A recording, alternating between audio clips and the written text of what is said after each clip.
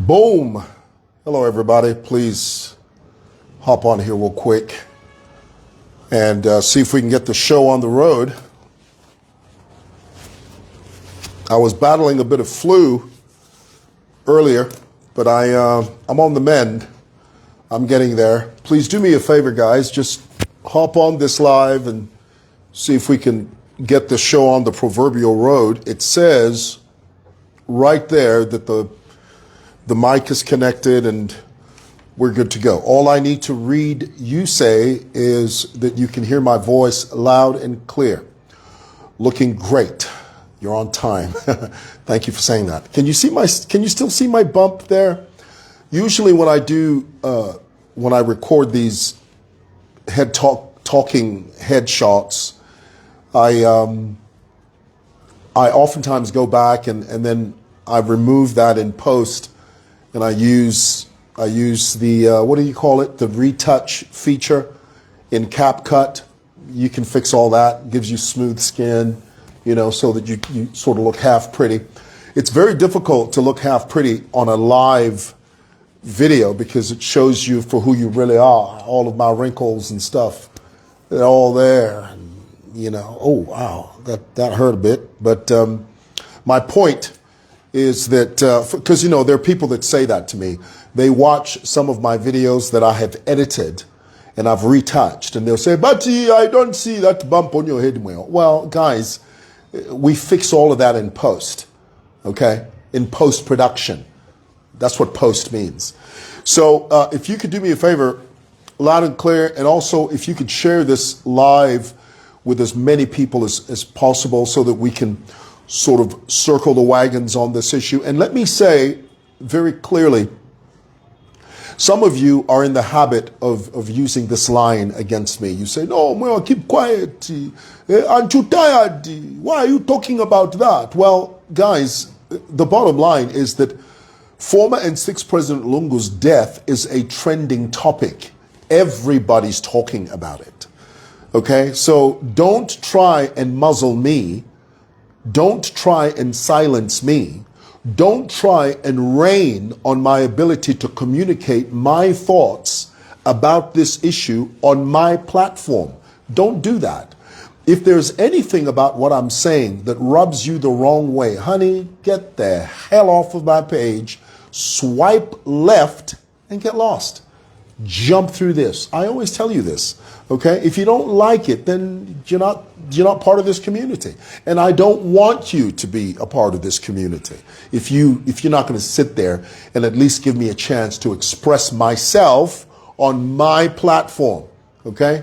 That's the caveat, guys. That's sort of the cherry on the cake that you're sort of conveniently ignoring. This is my platform. Over here, I'm God. Okay? On this platform, I'm God. That's a line from The Matrix. You have to get out more, because I know some of you go, "Oh, no, it's a line from the film The Matrix." Remember the guy with the long hair comes out of the train and he turns to Keanu Reeves and says, "Down here, I'm God." Well, on this platform, I'm God. Okay? So you're just going to have to roll with the punches. Now, guys, there's lots to talk about. And let me begin by saying, some of you may not be aware that the moment this news broke out that former and sixth President Lungu had passed away, one of the things that HH did, HH being the president of this country, was that he sent a ZAF plane to Johannesburg, South Africa, to help facilitate and expedite the safe and complete return of Malungu's remains here to Zambia in preparation for the funeral. Because as you know, anyone that dies has to be buried or cremated, or whichever way you believe as far as disposing the body is concerned. But there's an official way of doing it. Okay, you can't just bury someone privately. You can't just, retrieve a body from a crime scene or a site and then take the body to your house and say, "You know what, we're going to bury when we're ready." No, there's a procedure. There are laws that you have to follow there are steps that you have to follow. So one of the things that HH did, and he really did it out of benevolence, you know, he did it out of being magnanimous. He heard that his colleague had died, and he felt that it would be apropos in order to help the family get rid of the tedious process of repatriating a body. Because as you know, those of you that have been through this, getting a body from a foreign country back to its homeland is a very tedious process.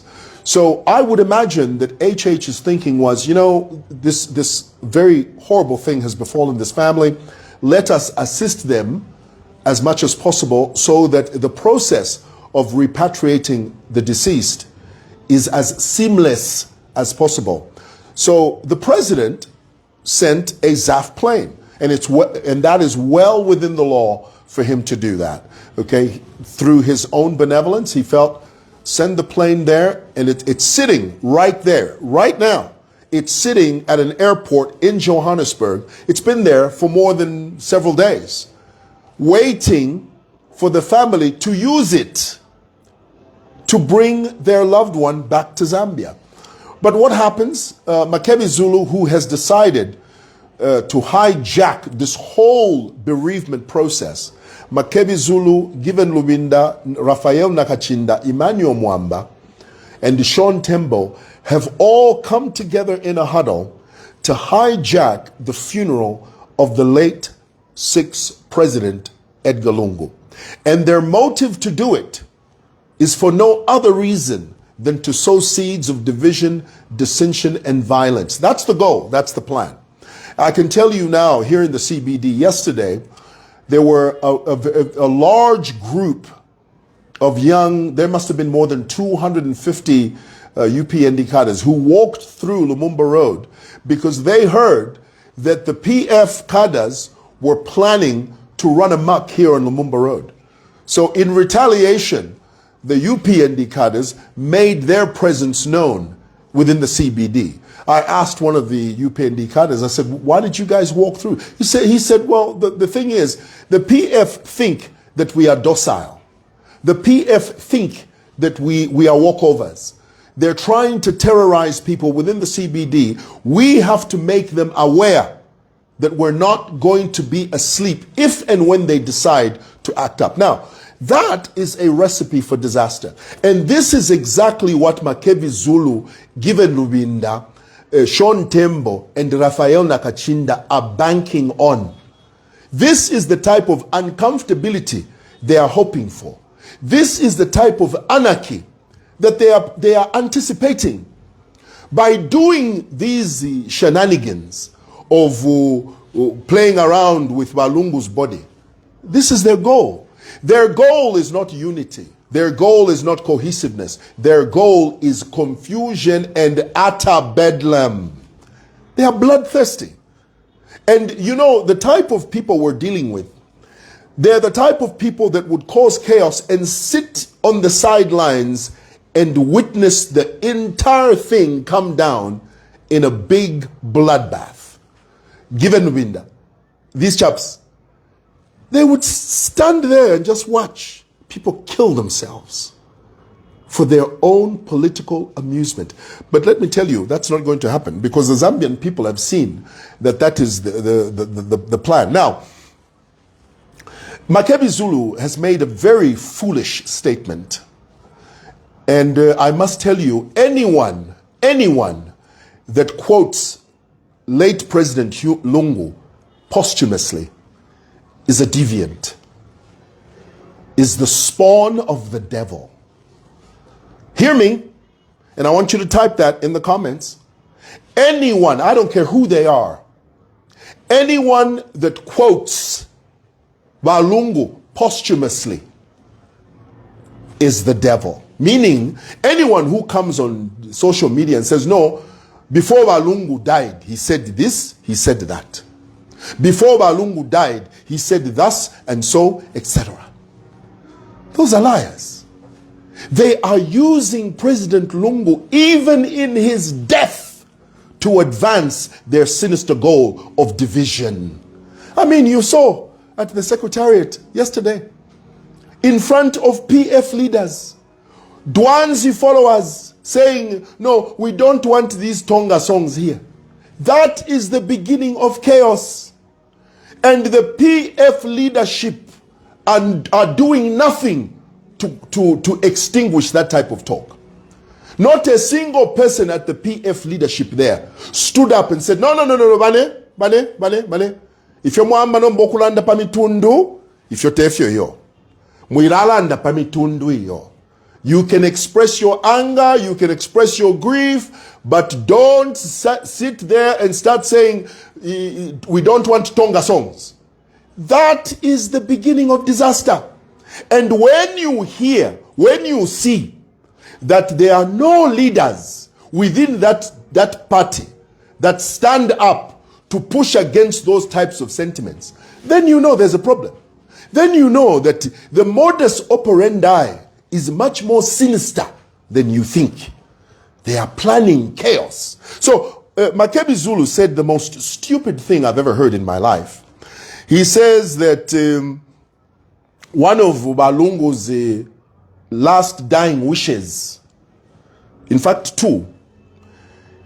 He said that Balungu wants to be buried privately. And on top of that, he doesn't want HH to be anywhere near his body.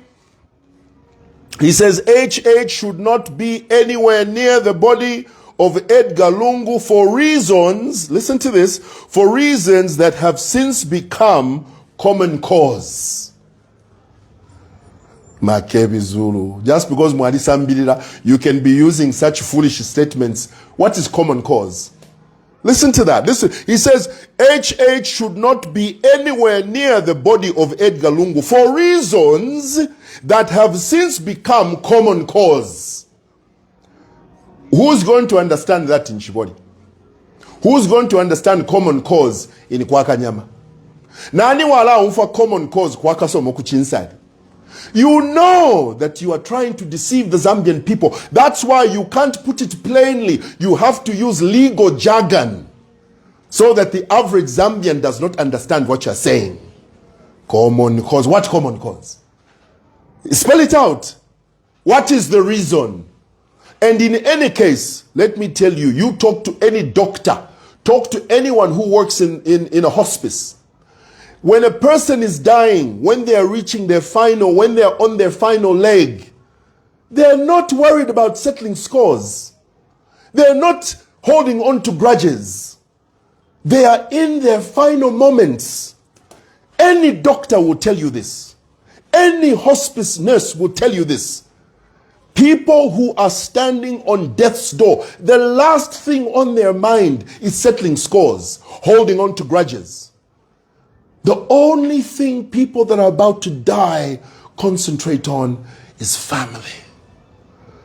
I can see my family. My kids are with me. This is my last lap.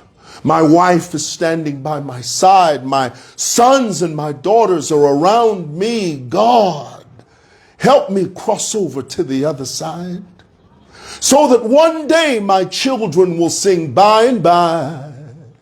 When the morning comes, all the saints of God are gathered home. We will tell the story how we overcame. We'll understand it better by and by. By and by, when that is all you're thinking about. Which person is thinking about settling scores? Only in given Winder's mind. Which person is standing on the precipice of death is thinking about barring someone from attending their funeral? Only in Makebi Zulu's mind. Which person who is about to die is thinking about revenge? Only Raphael Nakachinda's mind. Those are the chaps. And you think that's normal? You think that is normal? It's not. It's foolishness. Now, understand that it is not possible in this scenario to repatriate Balungu's body without the involvement of government. That one you must understand. Let me tell you. You need to repatriate that body. You need a death certificate, a Zambian certificate, Home Affairs certificate. How are you going to repatriate the body without government's involvement? We are going to do everything by ourselves. We don't want, the late and sixth President Lungu said, I don't want to be buried under a government schedule. I want to be buried privately. But how are you going to achieve that without government involvement? Pantu, just on this one, Home Affairs certificate, that's government. So how are you going to do that? Not only that, embalming certificate, export certificate. So how are you going to do that without government involvement? How? How? Makevi Zulu is playing drafts no tupendelo with bottle tops. The government is playing chess with porcelain figures. And you think it's normal? What Makebi Zulu is doing, you think is normal? He's out there playing drafts using utupendelo, bottle tops. The government is playing chess with porcelain figures because they know what it is. They know what it takes to do the needful. They know it. But you've got these schoolboys. Makebi Zulu, Given Ubinda, Emmanuel Mamba, Sean Zero Tembo, these chaps who are devoid of reason, blinded by their own tribalistic tendencies to destroy, disintegrate the integrity and completion of this country. Brothers and sisters, boys and girls, it won't happen. Dr. Kenneth Kaunda fought relentlessly, endlessly to unite this nation under the banner of One Zambia, One Nation. He fought against exploitation of man by man. But you want to come with your PF party to destroy this country. Voila. Tafiaga chitike ni One Zambia, One Nation. Ule fire. Nanguta ule fire. Oh. Ichebo. Kuikatana. Mule chumfwecho. Are you hearing that? Lastly, let me just say, I'm very disappointed with the Lungus.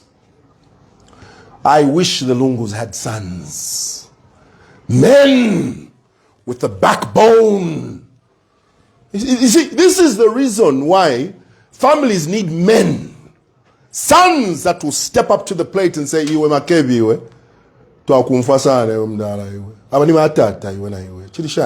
Step aside, man. Step off. We are taking over as the family.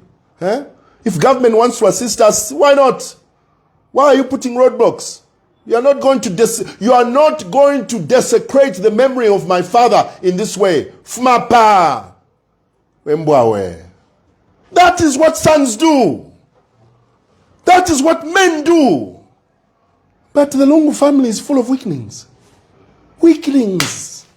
No men.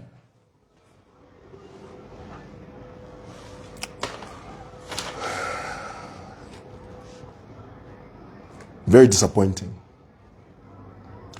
But I will tell you,